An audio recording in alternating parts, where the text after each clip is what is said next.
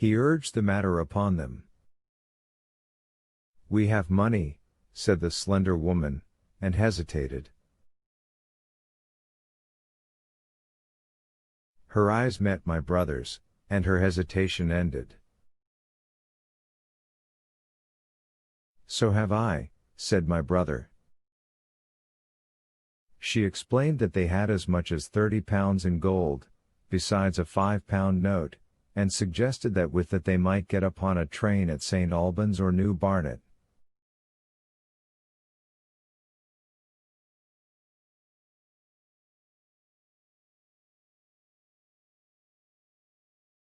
My brother thought that was hopeless, seeing the fury of the Londoners to crowd upon the trains, and broached his own idea of striking across Essex towards Harwich and thence escaping from the country altogether.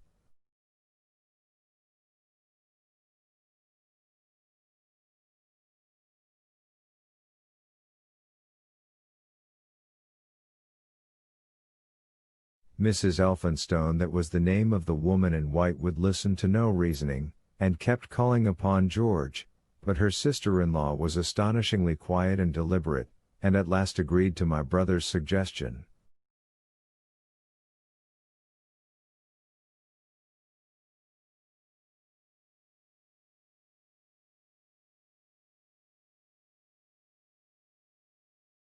So, designing to cross the Great North Road, they went on towards Barnet, my brother leading the pony to save it as much as possible.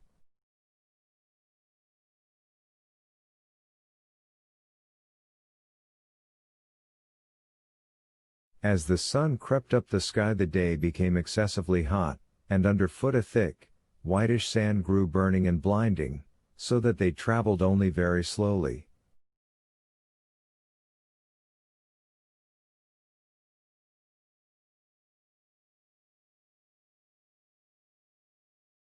The hedges were grey with dust, and as they advanced towards Barnet a tumultuous murmuring grew stronger.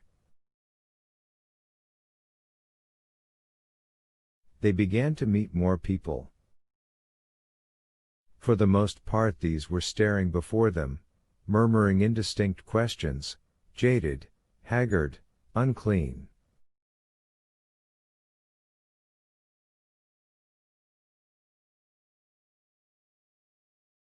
One man in evening dress passed them on foot, his eyes on the ground.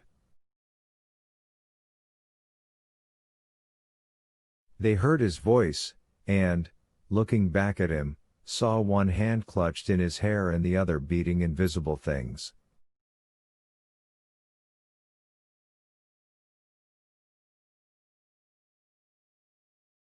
His paroxysm of rage over, he went on his way without once looking back.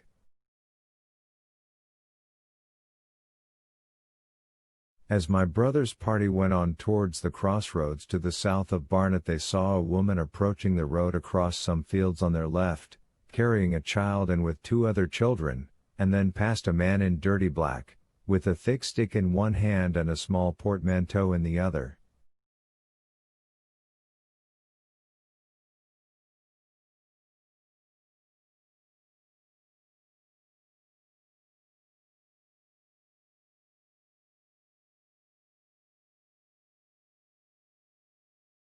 Then round the corner of the lane, from between the villas that guarded it at its confluence with the high road, came a little cart drawn by a sweating black pony and driven by a sallow youth in a bowler hat, grey with dust.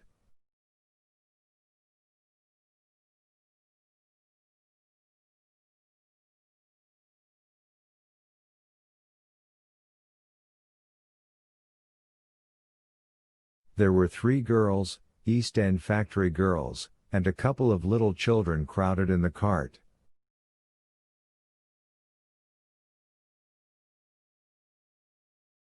"This'll take us round Edgware?" asked the driver, wild-eyed, white-faced, and when my brother told him it would if he turned to the left, he whipped up at once without the formality of thanks.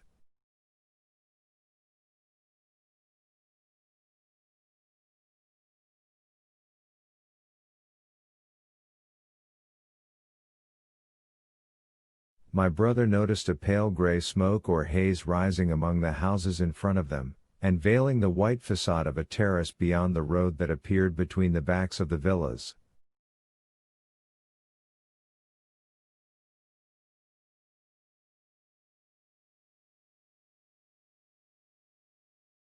Mrs. Elphinstone suddenly cried out at a number of tongues of smoky red flame leaping up above the houses in front of them against the hot, blue sky.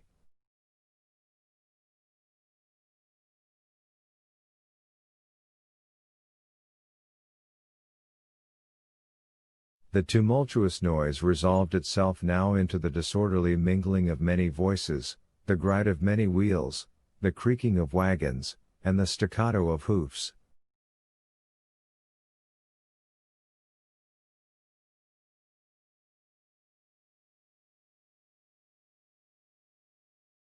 The lane came round sharply not 50 yards from the crossroads.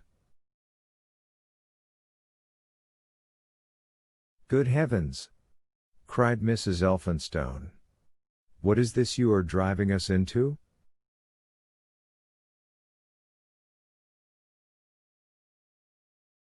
My brother stopped. For the main road was a boiling stream of people, a torrent of human beings rushing northward, one pressing on another.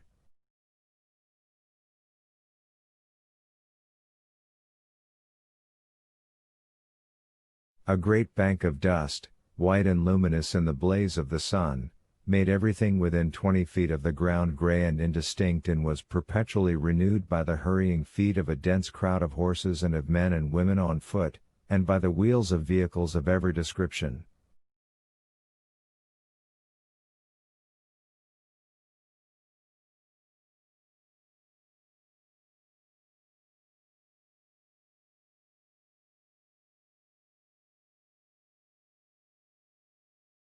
"Way!" My brother heard voices crying. "Make way!"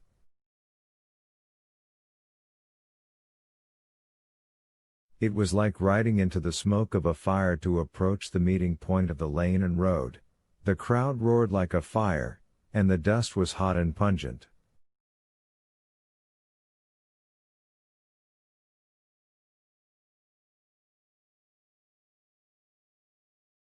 And, indeed, a little way up the road a villa was burning and sending rolling masses of black smoke across the road to add to the confusion.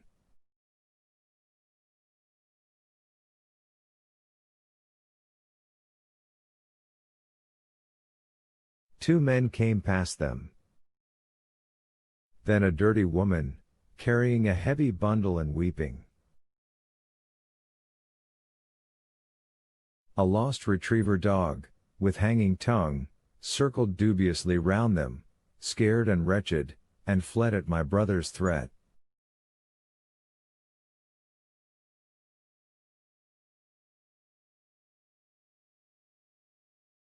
So much as they could see of the road Londonward between the houses to the right was a tumultuous stream of dirty, hurrying people, pent in between the villas on either side.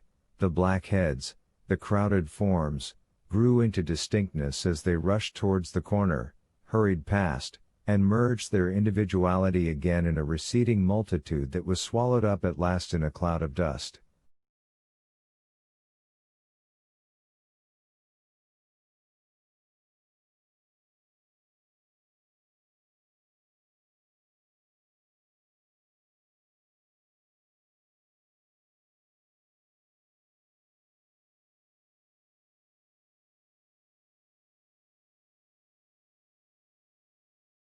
"Go on! Go on!" cried the voices. "Way! Way!"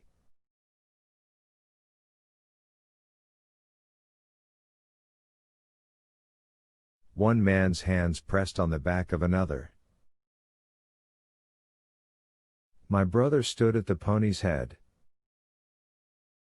Irresistibly attracted, he advanced slowly, pace by pace, down the lane.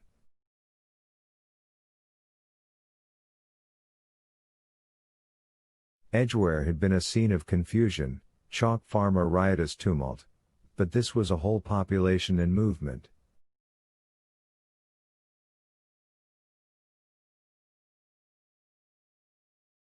It is hard to imagine that host. It had no character of its own. The figures poured out past the corner, and receded with their backs to the group in the lane.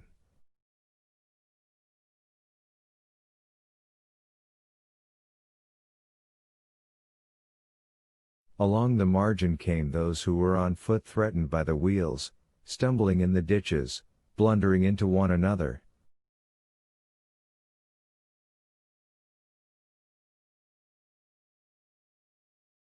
The carts and carriages crowded close upon one another, making little way for those swifter and more impatient vehicles that darted forward every now and then when an opportunity showed itself of doing so, sending the people scattering against the fences and gates of the villas.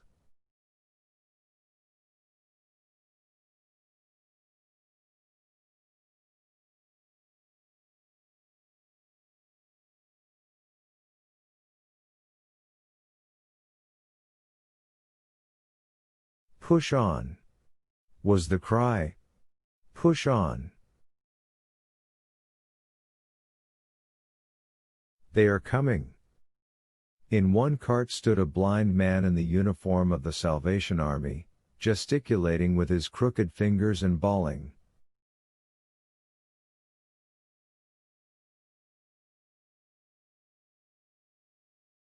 "Eternity! Eternity!" His voice was hoarse and very loud, so that my brother could hear him long after he was lost to sight in the dust.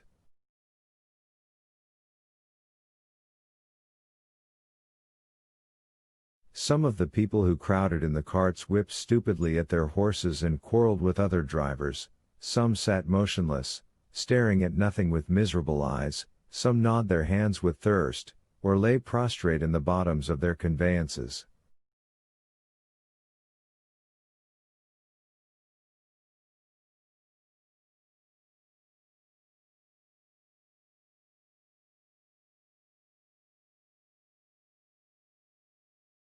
The horses' bits were covered with foam, their eyes bloodshot.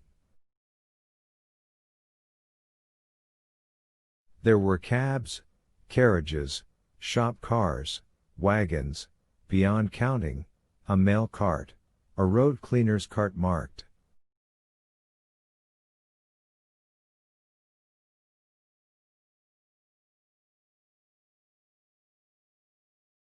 Vestry of St. Pancras, a huge timber wagon crowded with roughs. A brewer's dray rumbled by with its two near wheels splashed with fresh blood.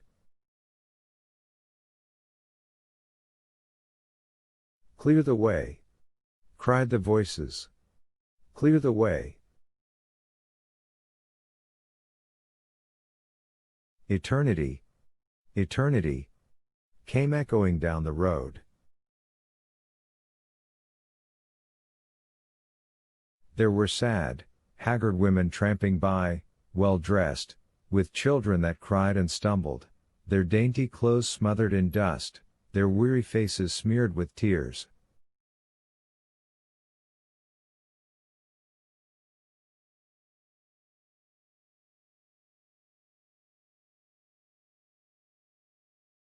With many of these came men, sometimes helpful, sometimes lowering and savage.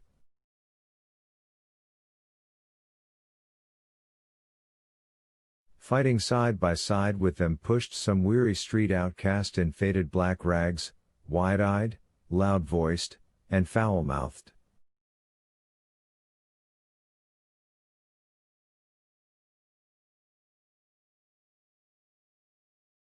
There were sturdy workmen thrusting their way along, wretched, unkempt men, clothed like clerks or shopmen, struggling spasmodically, a wounded soldier my brother noticed, men dressed in the clothes of railway porters, one wretched creature in a nightshirt with a coat thrown over it.